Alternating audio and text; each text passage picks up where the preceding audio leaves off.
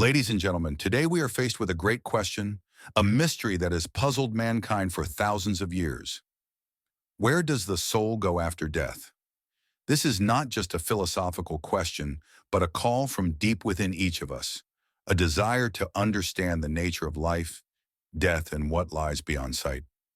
Let me take you through the thought journey of Western philosophy, from the cobbled streets of ancient Greece, through the medieval churches, to the laboratories of the Renaissance, to find the answer. Let's start with Plato, who stood on the Olympus of philosophy and declared, "The soul is immortal." He told us that the body is just a temporary cage, while the soul is a phoenix, ready to take flight when death comes. After leaving the body, where does the soul fly?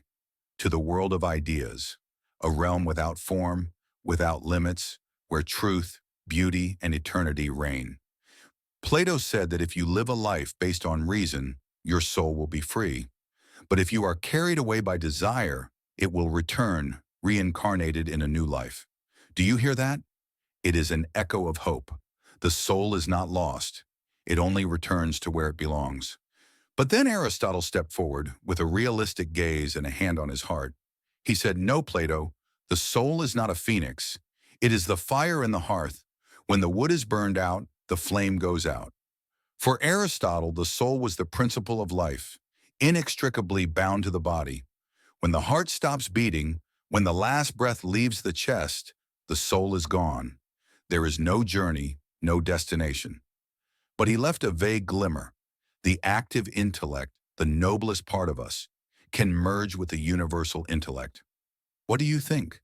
Does the soul dissolve into mist or merge into an eternal ocean?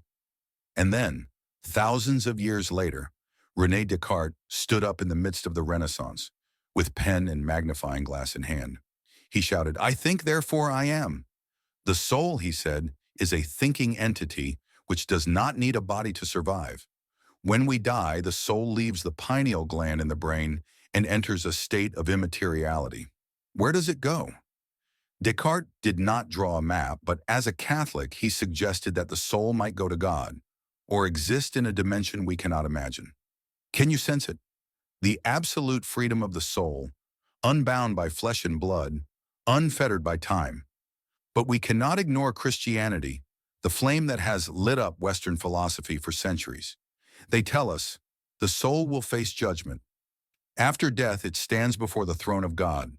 Heaven for the good, hell for the wicked, and purgatory for those in need of purification. It is not a place on a map, but a state of the soul, light or darkness, joy or suffering. Do you hear the echo of justice? The soul does not just go, it also answers for the life it has lived. So, gentlemen, where does the soul go? Plato takes us to a metaphysical world. Aristotle says it vanishes like a breath in a cold wind. Descartes gives it immaterial freedom. Christianity places it at the crossroads of fate. I stand here not to choose a single answer, but to ask you, what do you believe? For in this question, we seek not only the destination of the soul, but also the meaning of our very existence.